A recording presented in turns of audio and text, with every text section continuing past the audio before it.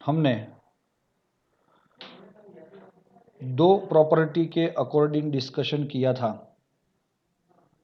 पहला था ionization enthalpy और दूसरा था तीन प्रॉपर्टीज। ये है आपका एटॉमिक रेडियस, है ना? Yes, it's a atomic radius. और उसके बाद हमने किया था ionization enthalpy, that is inversely proportional to the atomic radius. And उसके बाद हमने ऑक्सीडेशन स्टेट की भी कुछ चर्चा की थी। दोस्तों, यहाँ तक का जो क्वेश्चन है अथवा जो थियरम है, उसके अंदर एक थियरी लेंथेनाइड कॉन्ट्रैक्शन इम्पोर्टेंट है। बाकी सारी चीज़ें आपको अंडरस्टैंड करके दिमाग में रखनी है दोस्तों। अब हम क्या सोच रहे हैं कि भाई एक नया टॉपिक हमारे सामने आया है, जिसका नाम क्या है दोस्तों? Yes, trends in M+2M standard electrode potential. दोस्तों, ये क्या चीज़ है, कौन से ट्रेंड है ये? E0 M+2M यहाँ पे समझाया जाता है। E0 M+2M। दोस्तों, इसका मीनिंग क्या हो जाता है वो भी मैं आपको समझाता हूँ। E0 M+2M का मतलब ये होता है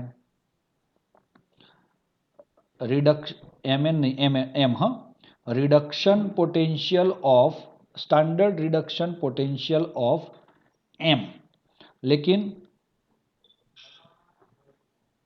tendency to convert M+2 to M।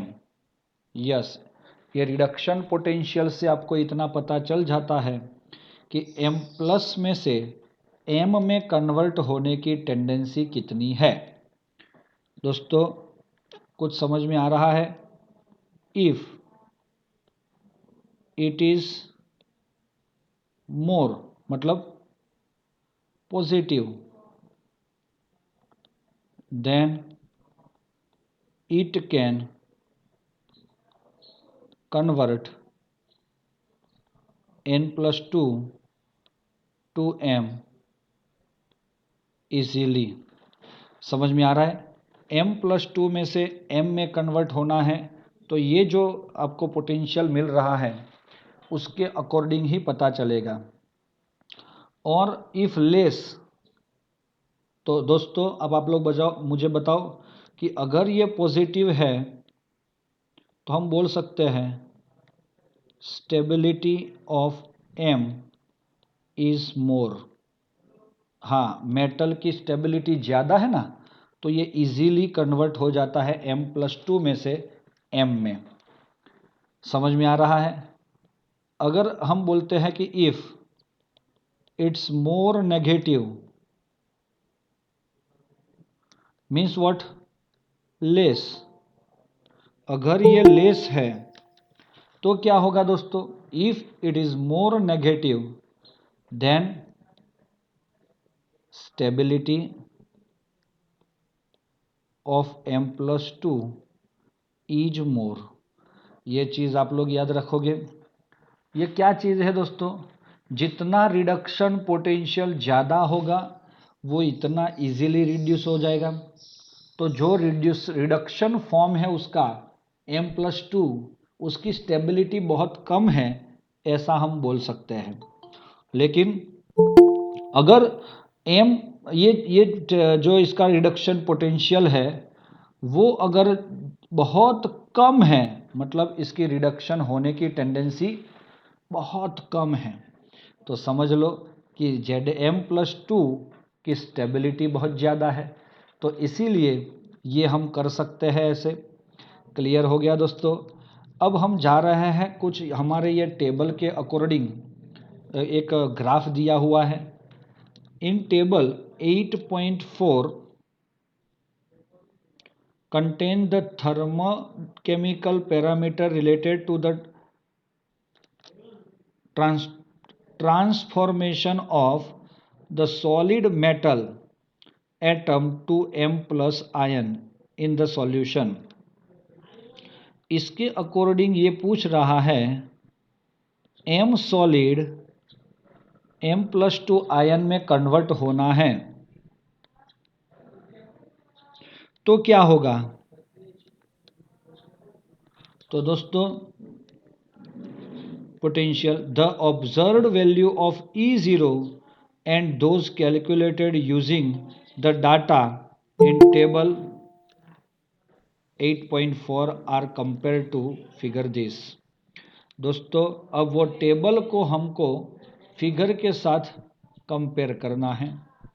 तो वो टेबल कौन सा है, 8.4 वाला टेबल मतलब कौन सा, तो ये सामने दिख रहा है आपको, ये वाला सामने वाले पेज पे दिख रहा होगा। अब इसके डाटा को हम यहाँ पे कंपेयर करते हैं। In this figure red colour means observed value of potential and it's a green colour then it's a calculated value of E0 cell. तो for titanium equal, vanadium equal, chromium equal, manganese equal, Fe तक सबका equal है, लेकिन cobalt nickel में थोड़ा सा variation आया, फिर कॉपर में ऑलमोस्ट इक्वल और जिंक में भी ऑलमोस्ट इक्वल मिल रहा है। तो ये चीज़ हमें यहाँ पे ग्राफ से कुछ समझ में आ रहा है कि हमने दो तरीके से इसको किया कि एक ऑब्जर्व किया था कि इसका इतना रिडक्शन पोटेंशियल का वैल्यू होना चाहिए, फिर एक्सपेरिमेंटली हमने प्रूव किया कि भाई इसका वैल्यू कितना मिल रहा है, वो दोनों का ग्राफ प्लॉट किया तो वो ऑलमोस्ट सिमिलर मिल रहा है। कोबाल्ट और निकल में ही थोड़ा सा वेरिएशन मिल रहा है। चलो, the unique behaviour of Cu having the positive E0 कैसा रहता है उसका। Cu का जो है ये 0 है ना, 0 से ऊपर है मतलब ये कैसा है, पॉजिटिव, और ये नीचे वाले सब कैसे, negative. Account for its inability to liberate H2 from acid. अच्छा, ये क्या समझा रहा है कि आपको पता होना चाहिए H+ के साथ कॉपर रिएक्ट करेगा तो Cu+2 प्लस H2 मिलेगा, लेकिन इसका रिडक्शन पोटेंशियल ज़्यादा है, लेकिन यहाँ पे क्या हुआ, इसका खुद का ऑक्सीडेशन नहीं। दोस्तों अगर रिडक्शन पोटेंशियल ज़्यादा है तो वो खुद का रिडक्शन करने की टेंडेंसी बहुत ज़्यादा रखता है, इसीलिए ये reaction other than copper gives this kind of reaction. हम लिख सकते हैं अदर देन Cu। समझ में आया, क्योंकि हाइड्रोजन H2H+ का तो पता है ना 0.0 है, तो Cu कभी एसिडिक H को रिड्यूस नहीं कर सकता, और वो उसको रिड्यूस नहीं कर सकता तो वो H2 नहीं बना सकता, लेकिन other than copper can convert H+ to H2। कुछ समझ में आया दोस्तों, और इसीलिए हम यहाँ पे ये चीज़ लिखी हुई है only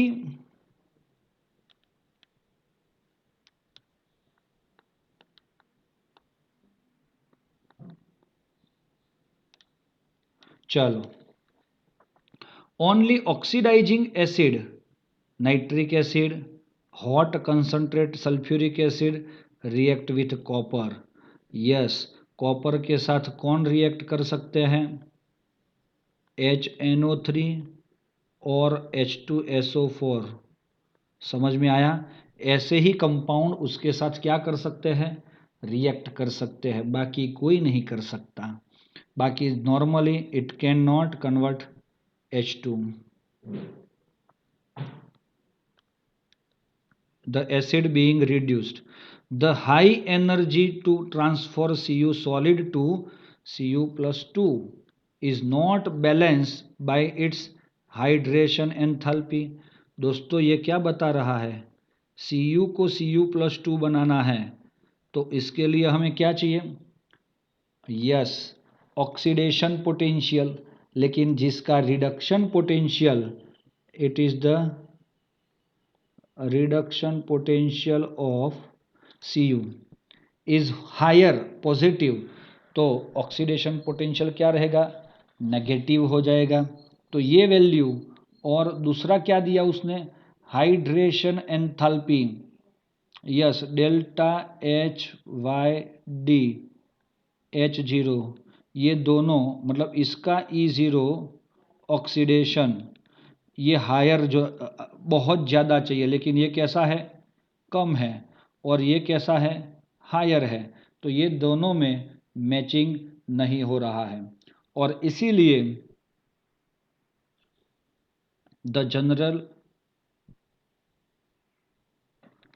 trend toward the less negative E0 value across the series is related to the general increase in the sum of the first and second ionization enthalpy। तो दोस्तों अभी ये E0 का जो वैल्यू पूछ रहा है वो कैसे फाइंड किया जाता है?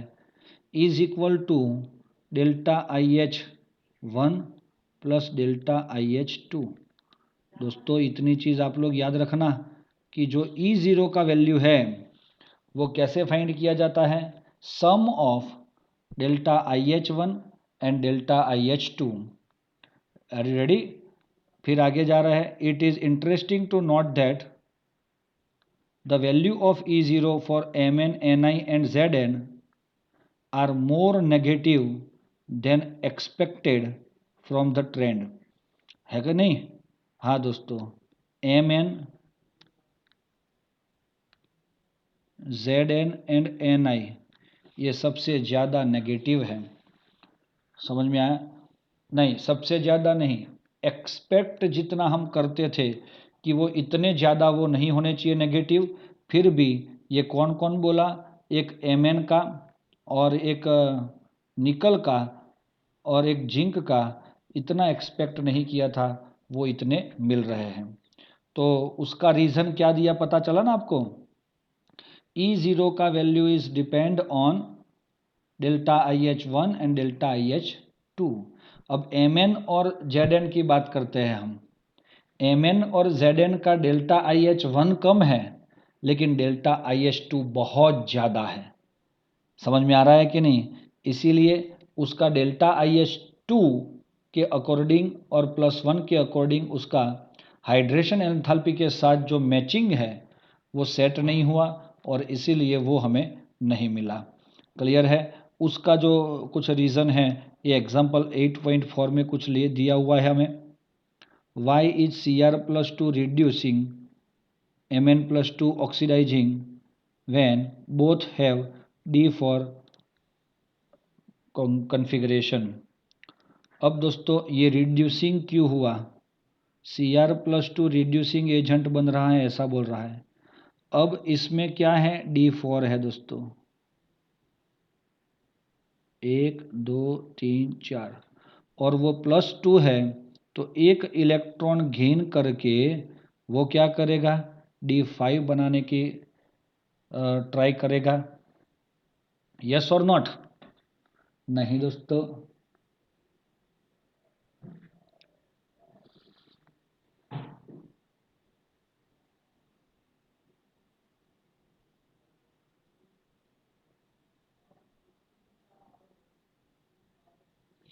और Mn देखो एक मिनट, Mn के अंदर +3 है, तो इसमें भी क्या हुआ? 1 2 3 4 ऐसा हो गया।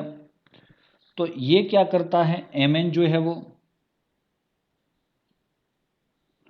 हाँ, ये Cr जो है ना, Cr+2 एक इलेक्ट्रॉन वापस लूज करके D3 बनता है, क्योंकि वो बनेगा Cr+3, और इसीलिए Cr+3 बनने की जो टेंडेंसी है वो Mn के कंपैरिजन में देखो, इसका रिडक्शन पोटेंशियल ज़्यादा है और इसका कम है। और Mn जो है वो रिडक्शन, वो खुद ऑक्सीडेशन नहीं होता, वो एक इलेक्ट्रॉन गेन करके रिडक्शन बन जाता है उसका।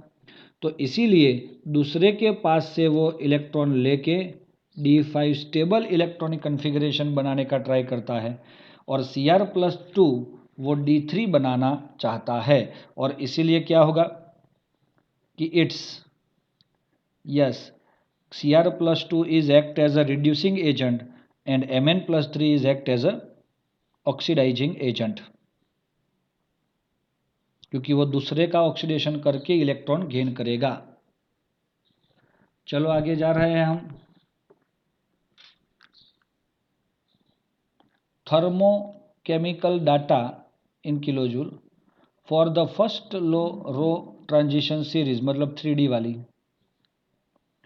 And the standard electrode potential for the reduction of M+2 to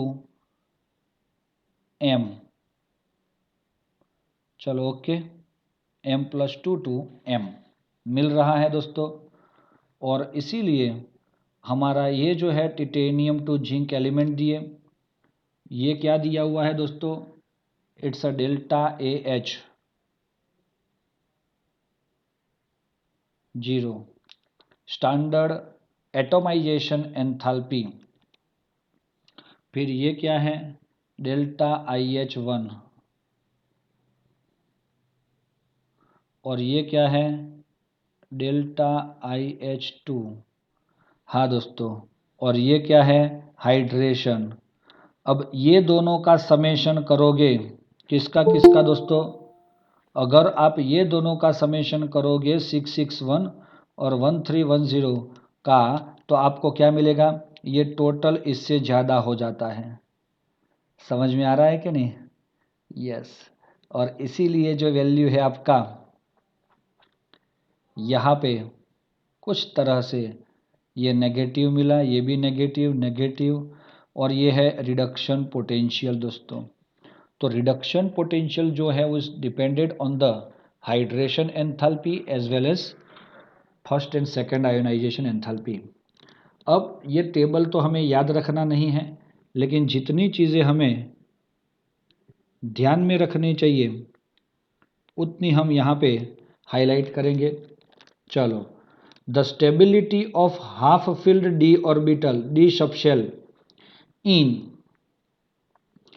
Mn+2 and the completely filled D10 configuration of Zn+2 are related to their E0 value, whereas E0 of, चलो हमारा ये Mn है, हाँ दोस्तों, Mn और zinc का जो +2 है उसमें दोनों में आप देखोगे तो ये वैल्यू ज़्यादा मिली नेगेटिव, और ये भी अगल बगल के कंपेयरिंग ज़्यादा नेगेटिव है।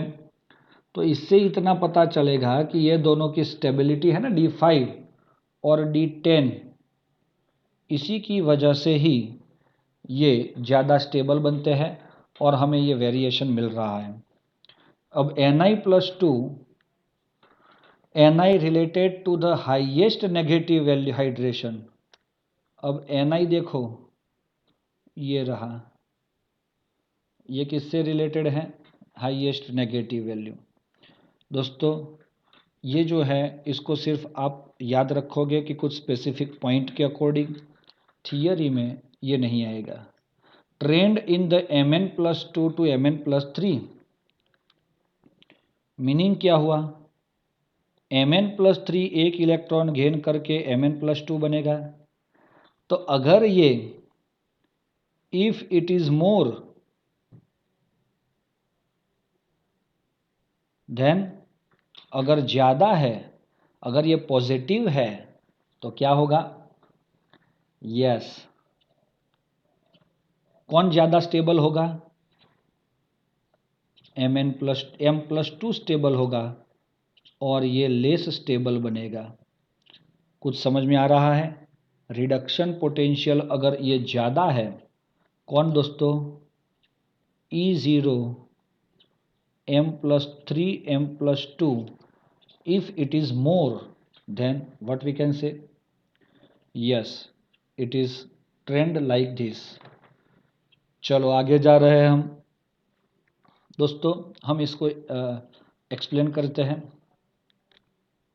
An examination of the E0 M plus M2 जो हम डिस्कस करना चाहते हैं इन टेबल 8.2, आप अपने बुक में 8.2 टेबल निकाल सकते हो।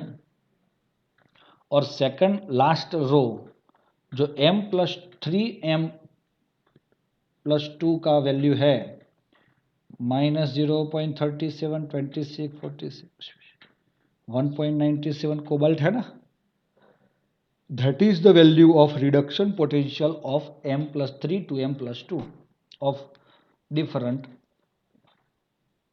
metals in first transition series. The value shows the varying trade, different बहुत ज़्यादा है।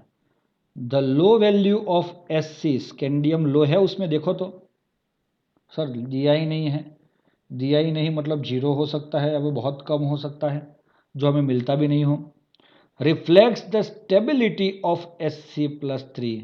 अब अगर ये ज़्यादा नहीं है और लो है तो क्या करोगे, M+3 इज स्टेबल। चलो okay, if Sp+3 which stability of Sc+3 which has the noble gas configuration, क्योंकि Sc+3 एकदम नोबल है तो वो ज़्यादातर इलेक्ट्रॉन गेन और लूज करने की टेंडेंसी उसमें बहुत कम हो जाएगी। फिर आगे, the highest value of for Zn is due to removal of an electron from the stable D10 configuration of Zn+2। चलो दोस्तों, E0 Zn+2 और Zn+3 बोलेंगे तो आप मुझे बता सकते हो कि Zn+3 में एक इलेक्ट्रॉन ऐड होके Zn+2 बनेगा, तो बनेगा ना दोस्तों, क्योंकि आपका जो Zn+2 है it has 10 electron in d orbital, लेकिन Zn+3 है तो what happen, 1 electron from d is लूज्ड, ये D9 है और ये D10 है। तो अब मुझे बताओ आप लोग कि इसकी इलेक्ट्रॉन गेन करने की टेंडेंसी कितनी ज़्यादा होगी, बहुत ज़्यादा होगी, और इसीलिए Zn+3 इजीली एक इलेक्ट्रॉन गेन कर सकता है और इसीलिए इसकी स्टेबिलिटी भी बहुत कम हो जाएगी, है ना। और ये जो है वो क्या होगा, more and highest in this transition series. तो ये Zn+2 कैसा बना, स्टेबल। अगर ये ज़्यादा होगी तो ये आयन स्टेबल बनेगा। Then another example, the comparison of what, comparatively high value of Mn shows that Mn+2d5 partially stable। अच्छा, similarly E0 Mn+3 Mn is also higher, लेकिन हाँ इससे ज़्यादा नहीं होगी, उसका भी सेम रीज़न है, उसमें d5 हाफ फील्ड ऑर्बिटल मिलती है हमें। कैसे मिलती है दोस्तों, d5 हाफ ऑर्बिटल, और इसकी वजह से हमें यहाँ पे पता चल जाएगा, yes, whereas comparatively low value of Fe। अब दोस्तों ये Mn का हाई है, जिंक का भी हाईएस्ट है ना। अब हम बात करने जा रहे हैं यहाँ पे किसकी, Fe की। चलो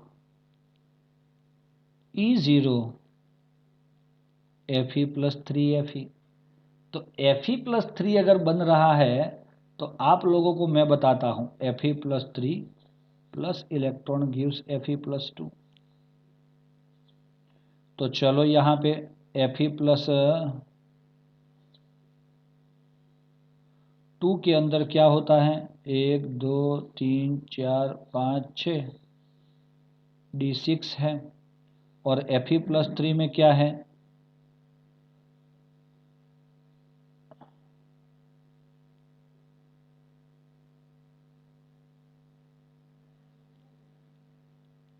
2, 3, 4 और 5, ये D5 है।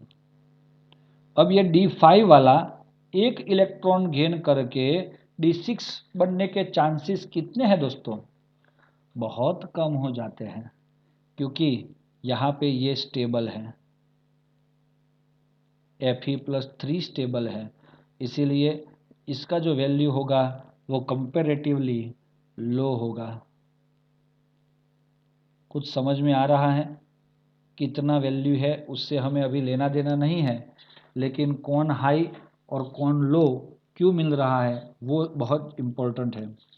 उसके बाद भी एक आया, the comparatively low value of V is related to the stability of V+2।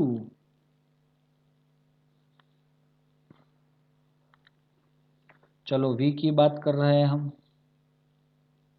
E0 V+3 V+2, चलो V+3 में एक इलेक्ट्रॉन मिलेगा तो V+2 बनेगा,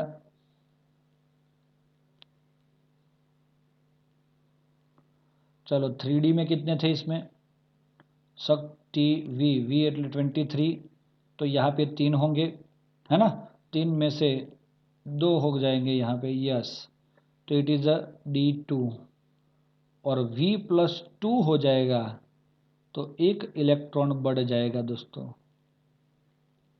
यस, तो ये बन गया D3। तो according to its stability, what we can say, the stability of, yes, stability of V+3 is greater than V+2, सो ये स्टेबल रहेगा और ये V+2 कम स्टेबल हो जाएगा, और इसीलिए इसका वैल्यू भी कैसा रहेगा, लो रहेगा कंपैरेटिवली। ओके है दोस्तों, तो ये +2 और ये जो +3 +2 और +2 0, ऐसा जो ऑक्सीडेशन का ट्रेंड था इलेक्ट्रोड पोटेंशियल का, वो कुछ हद से हमने ट्राई किया है आपको समझाने का, और hope you all are happy to understand this. चलो now, trend in stability of higher oxidation state, क्या दोस्तों,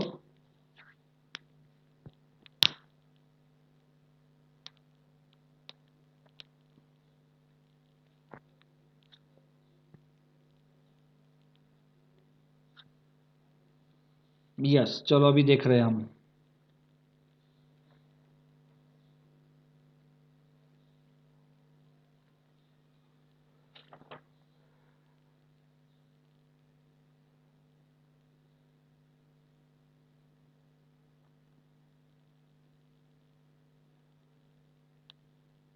राइट, चलो अभी हम जा रहे हैं ऑक्सीडेशन स्टेट, लेकिन कैसे, हायर, और उसकी स्टेबिलिटी। हमने ऑक्सीडेशन स्टेट तो ऑलरेडी देख लिए है, और उसको पूरा पता भी है हमें कि अगर आप ऐसे जा रहे थे तो ऑक्सीडेशन स्टेट Mn में सबसे ज़्यादा +7 हुआ था, और फिर वापस कम हो रहा था, यहाँ पे इंक्रीज और वापस डिक्रीज, तो ये पूरा ट्रेंड यहाँ पे है। चल, तो वो ऑक्सीडेशन स्टेट भी आप साथ में रखना है।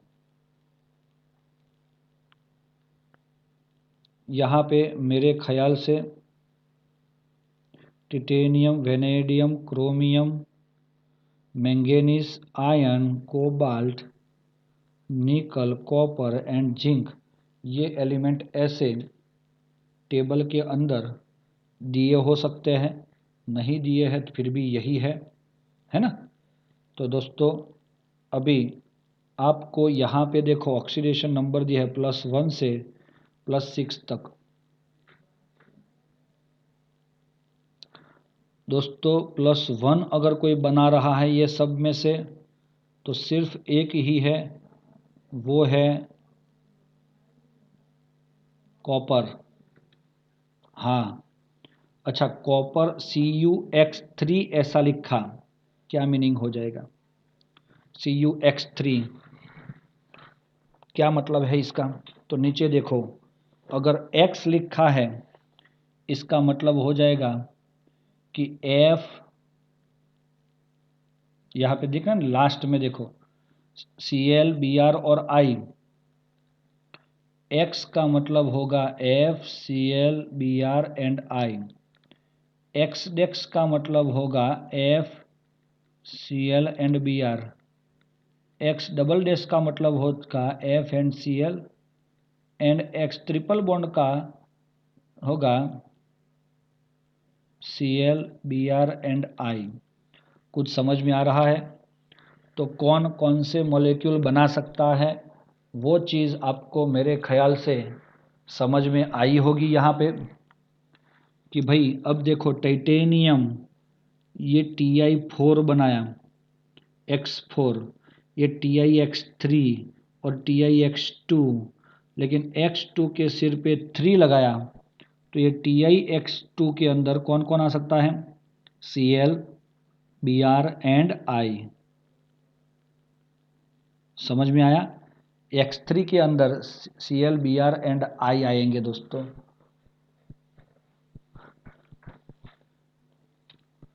चलो आगे जा रहे हैं हम। क्रोमियम का तो ऑक्सीडेशन नंबर +6 तक गया ही था, आप सबको पता है। तो F6 ही बनाया, देखो इसमें कुछ भी उसने नहीं लिया। X4 तो ये चारों चार X बना सकता है, X3 X2 मतलब ऑल, है ना, ये सब में चारों आ जाएंगे। वेनेडियम आयम F5, देखो F5, इसमें F6, इसमें F4, रेडी। हाँ, ये कुछ उसका रीज़न भी आगे आएगा। चलो X डैश है ना, X1 है सिर्फ, VX4, तो डैश वाले में कौन कौन आएगा? FCl और Br, और ये दोनों में ऑल आएगा। अब आगे जा रहे हैं Mn के लिए, MnF4, MnF3 और MnX2। सर यहाँ पे Mn+7 क्यों नहीं आया, Mn+6 क्यों नहीं आया? तो दोस्तों +7 और +6 कैन नॉट गेट, क्योंकि ये जो हम पढ़ रहे हैं ना वो कौन सी बात है? हैलाइड वाली, मतलब Mn+7 कभी हैलाइड नहीं बना सकता। FeF3, FeCl3, FeBr3, ये सब आपने सुना है, तो ये तीनों बना सकता है, और FeX2 में चारों आ सकते हैं ऑल। चलो रेडी। और ऐसे ही COF3, COX2, यहाँ पे देखा आपने F only F, Ni always X2 ही बनाता है, हेलाइड में कभी Ni कुछ भी नहीं बनाता, सिर्फ NiX2। एंड कॉपर जो है वो ये बना +2 और ये बना +1, और ये +2 जो है वो कौन कौन बनाया? Cl Br एंड I, और ये जो है CuX2 वो कौन कौन बनाया? ओनली F एंड Cl, तो CuF2 एंड CuCl2 हम बना सकते हैं। और भी आगे जा रहे हैं ZnX2, मतलब यहाँ पे भी ऑल मिलेंगे हमें, सब मिल जाते हैं। तो ये सिर्फ मैंने टेबल क्या है उसके अंदर जो मॉलिक्यूल्स दिए हुए हैं वो क्या है, इसको भी आपको समझना आवश्यक है। अब हम जा रहे हैं टेबल 8.5, जो हमने डिस्कस किया उसको हम थियोरेटिकली शोज करते हैं। The stable halide of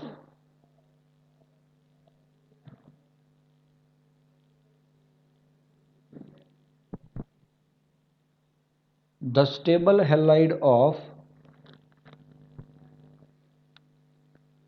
3D series of transition metals, the highest oxidation number are achieved in TiX4, titanium X4 बनाता है और वो कौन सा शेप है, टेट्राहेलाइड, टेट्राहेड्रल नहीं है, टेट्राहेलाइड, 4 है इसीलिए।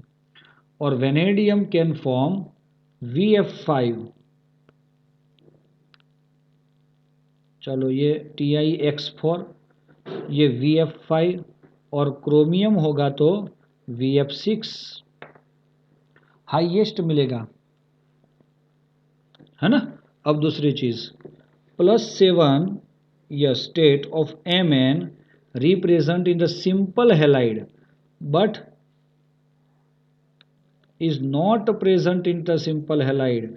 ये चीज गलती से ध्यान में रखना, MCQ है ये। बट Mn जो है वो उसका हैलाइड ऑक्साइड के साथ का जो है दैट इज नॉन, तो नॉट अ सिंपल हैलाइड नहीं मिलता, लेकिन वो ऑक्साइड के साथ जो हैलाइड है वो मिलता है, नोट डाउन कर लेना।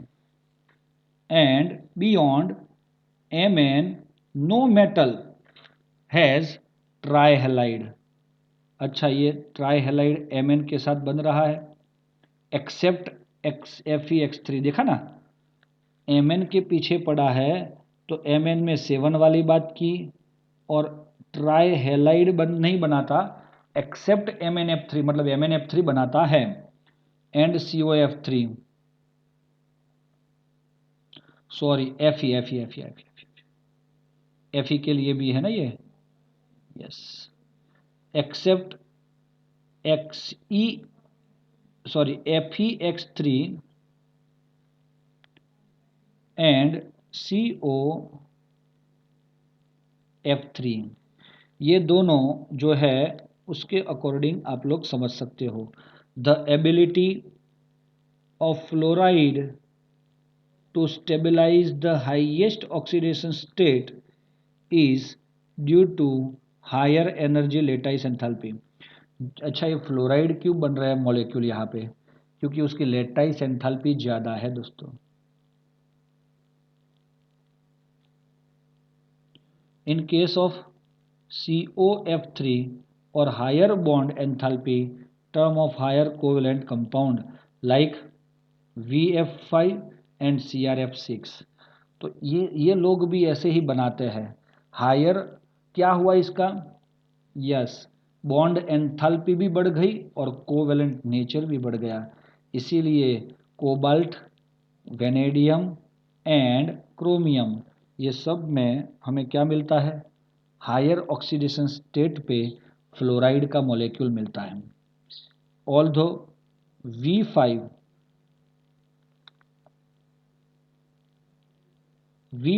is represented by VF5 and the other halide however undergoes hydrolysis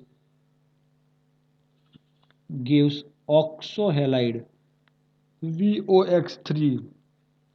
another जो है वेनेडियम जो है ना वो पहले तो पेंटाहेलाइड तो बना दिया, पेंटाफ्लोराइड, लेकिन वो पेंटाफ्लोराइड ऐसे ऑक्सोहेलाइड में भी बनाता है, ये दोनों में +5 बना। ये हमें ऐसा समझाना चाहता है कि भाई आपका वेनेडियम +5 जो है वो VF5 में भी है और VOX3 में भी है, तो ये दोनों में है।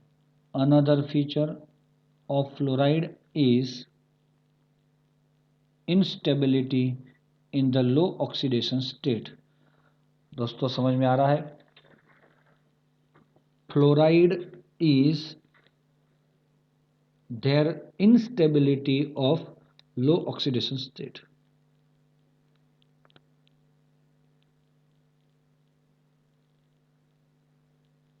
लो ऑक्सीडेशन स्टेट पे उसकी स्टेबिलिटी कैसी होती है, बहुत कम, इसीलिए कुछ कुछ ये छोटे छोटे जो मॉलिक्यूल्स है यहाँ पे VX2 बन रहा है, लेकिन X का मीनिंग क्या निकालोगे आप, Cl Br और I, तो ये +2 जो है वेनेडियम का वो अनस्टेबल रहता है फ्लोरीन के लिए,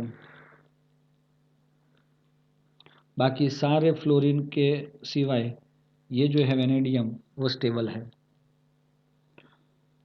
क्या दोस्तों, नेक्स्ट इस पे जा रहे हैं हम। and the what same applies to CuX. हाँ दोस्तों, CuX on the other hand, all Cu plus 2 halide are known except the iodide.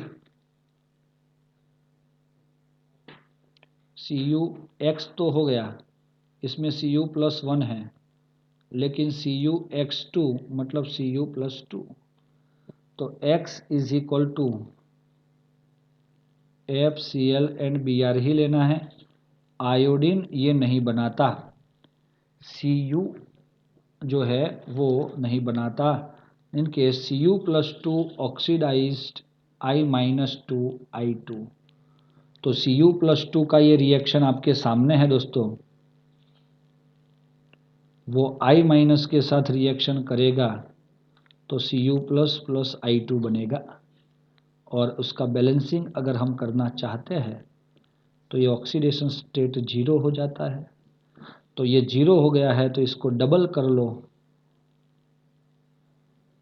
2 4 2 2, तो भी आपको पता चलेगा 9 यस 2, तो 2 के सामने 4, ये तो 0 ही हो जा रहा है, ये प्लस 2 बच जाता है।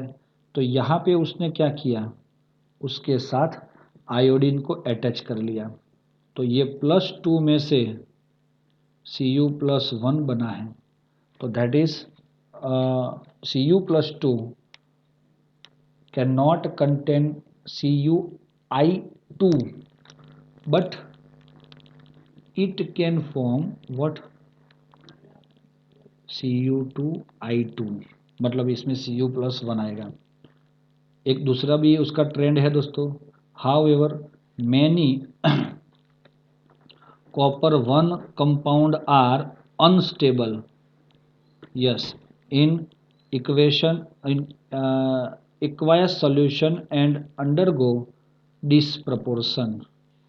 yes दोस्तों, ये डिसप्रपोर्शन क्या होता है, Cu प्लस में से Cu प्लस 2 प्लस क्या हुआ, यस 2 मोल कर लेंगे ना, तो देखो प्लस 1 में से प्लस 2 बनना और उसी में से ही 0 बनना, तो ये हो गया ऑक्सीडेशन और एक Cu का हो गया रिडक्शन।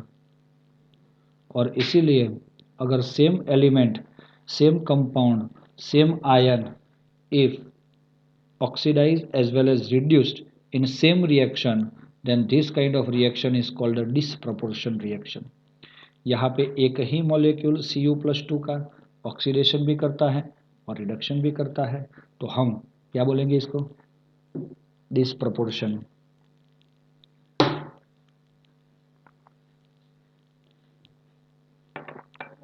हैलाइड की बात ये हो गई दोस्तों, यहाँ पे ये लास्ट पैराग्राफ है उसका, the stability of Cu plus 2 rather than Cu plus is due to the much more negative value of hydrogen E0 of Cu plus 2 than Cu। दोस्तों Cu plus 2 Cu plus ये है stability, उसका reason क्या है, delta hydration H0 of Cu is greater than delta hydration H0 of Cu plus। ये कौन है, plus 2, hydration enthalpy ज़्यादा है, इसीलिए उसकी स्टेबिलिटी भी ज़्यादा है, समझ लेना। तो हम ऐसा लिख सकते हैं, hydration enthalpy is proportional to stability लिख सकते हैं, और ये which more than comparison to the second ionisation enthalpy of Cu। चलो आगे, ये पैराग्राफ जो हमें दिख रहा है वेनेडियम और कुछ है, तो ये पैराग्राफ हमें किसके अकॉर्डिंग समझना है, तो अभी तक हम देख रहे थे कि सिर्फ हैलाइड की बात हो रही थी। अब यहाँ पे हमें किसकी बात करनी है? ऑक्साइड की। तो आपने देखा वो हैलाइड में हैलाइड का टेबल था, अब ये ऑक्साइड्स है तो ऑक्साइड्स का टेबल है, और वो टेबल आपको नीचे दिख रहा है। यस, ये बहुत इंपॉर्टेंट है। हाँ, एमसीक्यू के लिए सारी चीज़ जो आज पढ़ा है ना हमने, वो एक एक लाइन बहुत इंपॉर्टेंट है अंडरस्टैंड कर करके। The ability of oxygen to stabilize the higher oxidation state is demonstrated in the oxide.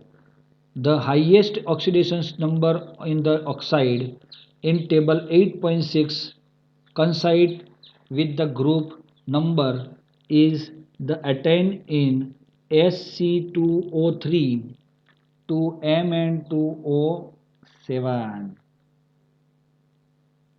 Highest oxidation state जो है वो इसका +3 है, इसका +4 है ना, ये +3, ये +4, ये +5, ये +6 और ये +7। बियॉन्ड ग्रुप 7 मतलब ये no higher oxide of Fe, मतलब 7 के बाद वालों में Fe के ज़्यादा हायर ऑक्सीडेशन स्टेट नहीं मिल रहे हैं। चलो आगे।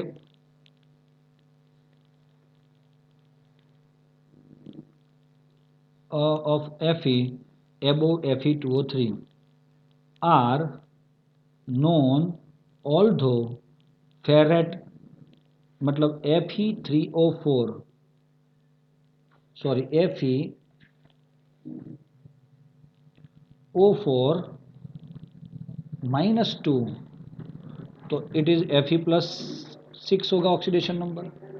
When it decompose in Fe+2 to Fe+3, तो +6 में से वो क्या बन जाता है? +3 बन जाता है। The non although ferrate 6 are form in alkaline media, तो यहाँ पे ये बेसिक सॉल्यूशन में ही ये होता है। They readily decompose to the Fe2O3 and O2, हो गया रिएक्शन ये। हाँ, बिसाइड द ऑक्साइड ऑक्सोकैटायन, हाँ स्टेबिलाइज। सपोज यहाँ पे V5 लिखा है, क्या लिखा है? V5, उसको मैं आपको अलग तरीके से समझाऊंगा कि व्हाट इज V5।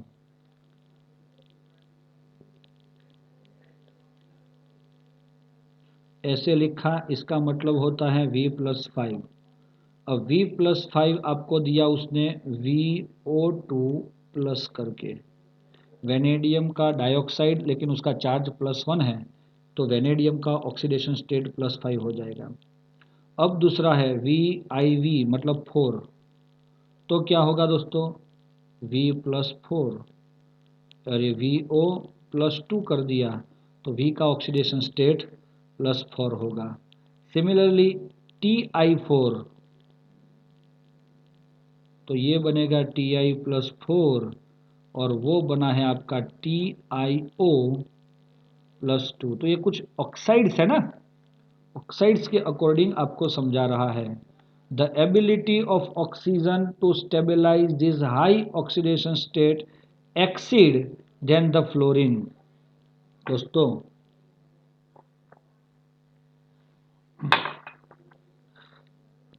ये हायर पे अगर आप देखते हो, आप ऐसा सोचोगे कि MnX7 और Mn2O3, तो ऑक्साइड की जो स्टेबिलिटी है ज़्यादा ऑक्सीडेशन स्टेट बनाने की +7, तो वो बहुत ज़्यादा है ऑक्साइड की कंपैरिजन में, फ्लोरीन के कंपैरिजन में।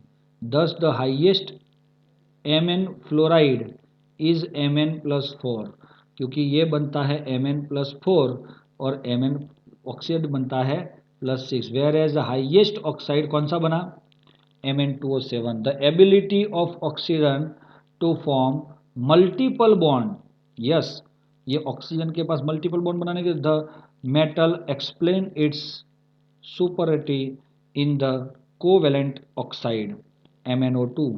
हाँ दोस्तों, अंडरलाइन कर लेना इसको कि it is your covalent oxide. ये क्या है दोस्तों? Covalent oxide.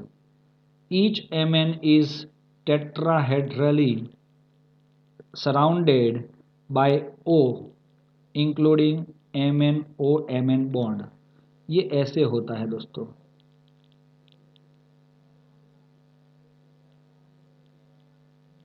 O Mn O and O। कुछ समझ में आ रहा है?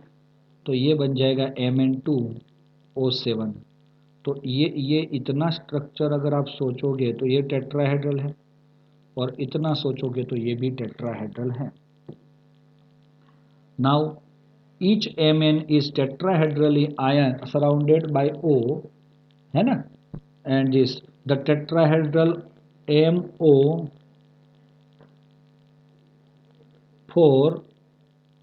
प्लस, है ना,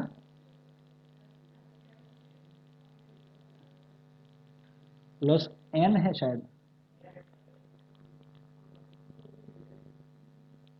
-N ion are known for MO4 plus ion. कैसे कंपाउंड बन सकते हैं? तो वेनेडियम के +5, क्रोमियम के +6, Mn के +5 और +7 दोनों, और +6 भी। तो Mn के तो तीनों ऑक्सीडेशन स्टेट आएंगे, +5 से ज़्यादा, तो ये बना सकता है। क्लियर है दोस्तों? तो ये टेबल के अकॉर्डिंग भी आप समझ सकते हो। How would you account for the increase oxidation power in the series VO2 plus Cr2O7 plus -2, and yes, because their stability are depend upon their oxidation state, because it's a +3 नहीं +5 +6 और +7। तो this is due to the increase in the stability of the lower species to they are reduced. मतलब ये comparatively ये लोग क्या हो जाएंगे, रिड्यूस होने के चांसेस बहुत ज़्यादा हो जाते हैं। किसके? MnO4 माइनस के, क्योंकि उसका ऑक्सीडेशन स्टेट बहुत ज़्यादा है। क्लियर है? ये लास्ट टॉपिक देख लेते हैं।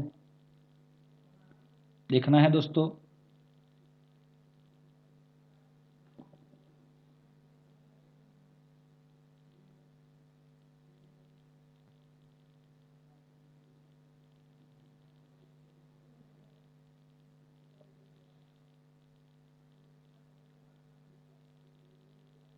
चलो देख लेते हैं, इतना टॉपिक है ना। अब देखो, केमिकल रिएक्टिविटी। बहुत टाइम से हम वेट कर रहे थे कि केमिकल रिएक्टिविटी का E0 के साथ क्या रिलेशन है। हाँ, केमिकल रिएक्टिविटी का E0 के साथ रिएक्शन हमने ये बताया कि E0 M+2M अगर है और वो ज़्यादा है, मतलब मोर है, तो क्या बोला कि Mn+2 can convert easily to Mn M। तो M+2 M में कन्वर्ट हो जाता है, तो stability of M is more.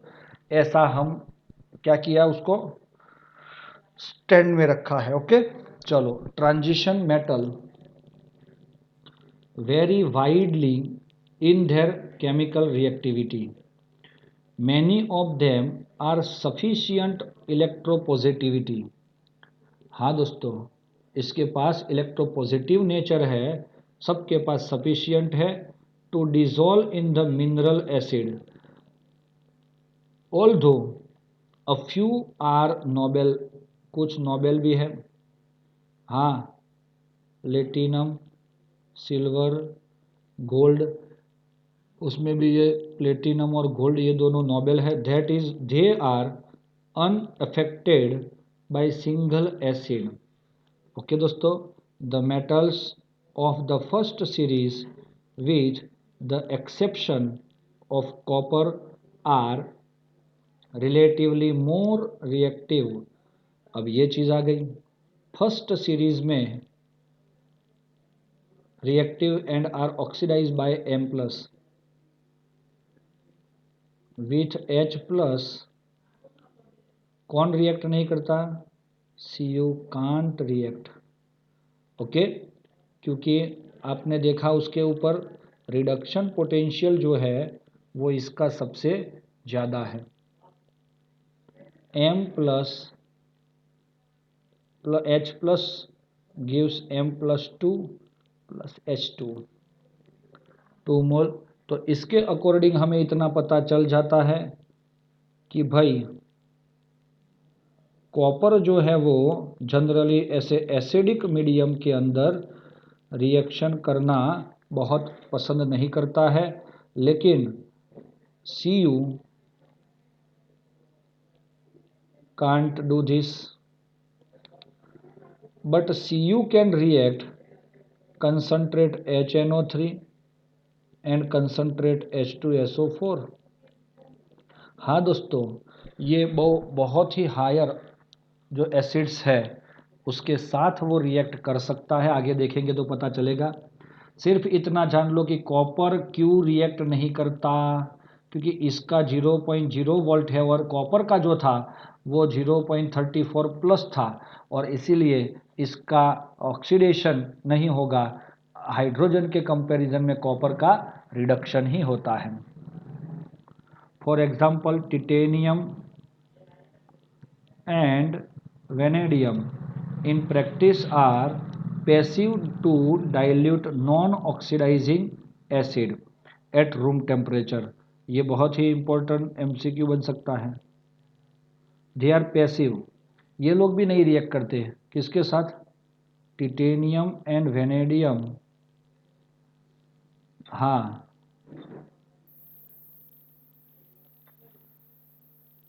हम लिखेंगे यहाँ पे डाइल्यूट H प्लस, लेकिन रूम टेम्परेचर पे तो not reacted. Okay, reaction not occur. इसका भी रीज़न है क्योंकि ये बहुत छोटे मोलेक्यूल है। The E0 value of Mn plus two Mn indicates the decreasing tendency to form divalent cation.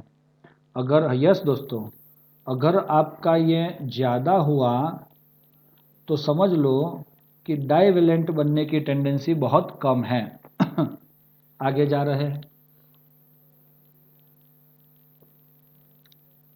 This general trend towards less negative E0 value is related to the increase in the sum of first and yes। चलो यहाँ पे ये जो है ना, हाँ, in general trend हम इसको हाईलाइट अच्छे से करते हैं क्योंकि वो बहुत इम्पोर्टेंट लाइन है। General trend towards less negative, अगर लेस नेगेटिव है, value of E0 is related to the increase of sum of delta IH1 and delta IH2। तो ये क्या पता कर सकता है? हमने आगे जो देखा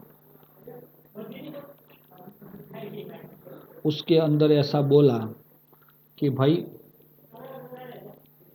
E0 volt is depend on delta IH1 plus delta IH2, yes और नॉट। बट इसका रिलेशन क्या है?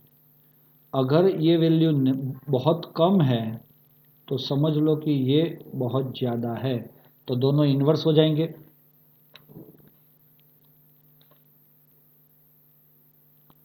The interesting to note that E0 value for Mn, Ni and Zn are more negative। हाँ दोस्तों, are more negative than expect। हमने जितना expect किया था उससे बहुत ज़्यादा नेगेटिव है। उसका reason general trend, whereas the stability of half filled d orbital sub shell, क्योंकि उसमें डी सब शेल हाफ फिल होती है और Mn+2 में, लेकिन उसमें D10 होते हैं Zn में, are related to their E value. अब क्या हुआ, आप लोग मुझे बताओ कि सर आपका Mn+2 और Zn+2 में आपका जो है वो D5 है और D10 है, तो ये स्टेबिलिटी बहुत ज़्यादा है किसकी, +2 और +2 की, तो ये कभी +2 में से 0 बनने का चांसेस नहीं रखेगा, और इसीलिए ये 2 इलेक्ट्रॉन गेन करने की टेंडेंसी इसकी बहुत कम है, इसीलिए ज़्यादा नेगेटिव है। फॉर निकल, अब निकल के बात कर लेते हैं क्योंकि निकल का भी बोला था हमने, E0 value is related to the highest negative enthalpy of hydration. अच्छा, इसके लिए तो चलो ये आ गया डेल्टा IH, लेकिन delta hydration enthalpy of nickel is more negative, वो हमने हाईलाइट किया था लास्ट में, तो इसीलिए ये भी ज़्यादा वो डिफरेंस दे रहा है। And examination Mn+3 and CO+3 ion are two strongest oxidising agent. दोस्तों याद रख लेना ये, क्योंकि ये भी एक MCQ बन के कहीं ना कहीं आपको परेशान कर सकता है।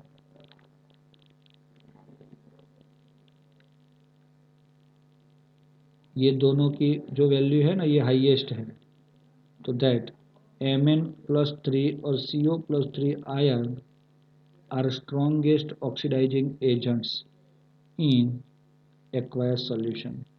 The ion Ti+2, V+2 and Cr+2 are strongest reducing agent. List बना लो दोस्तों, हाँ, क्योंकि ये MCQ का अगर याद रखना है ना तो हमें ऐसा ही लिखना होगा। ऑक्सीडाइजिंग एजेंट कौन है, Mn+3 and CO+3। Reducing agent कौन है, Ti+2, वेनेडियम+2, Cr+2, ये रिड्यूसिंग एजेंट्स है।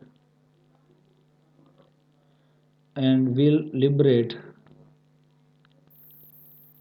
Hydrogen from the dilute acid, तो ये क्रोमियम जो है वो हाइड्रोजन लिबरेट कर सकता है, कॉपर वगैरह नहीं कर सकते। तो आपने देखा ये +2 था, इसमें से +3 बना, तो उसका खुद का ऑक्सीडेशन हुआ, लेकिन इसने +1 में से 0 दूसरे का रिडक्शन किया, so your Cr+2 is act as a reducing agent. Okay दोस्तों, ये जो है वो 8.6 और 8.7 ये जो थियरम हमने पढ़ा उसके अकॉर्डिंग आप करोगे तो ज़्यादा समझ में आ जाएगा दोस्तों। क्लियर है, समझ में आया डियर फ्रेंड्स?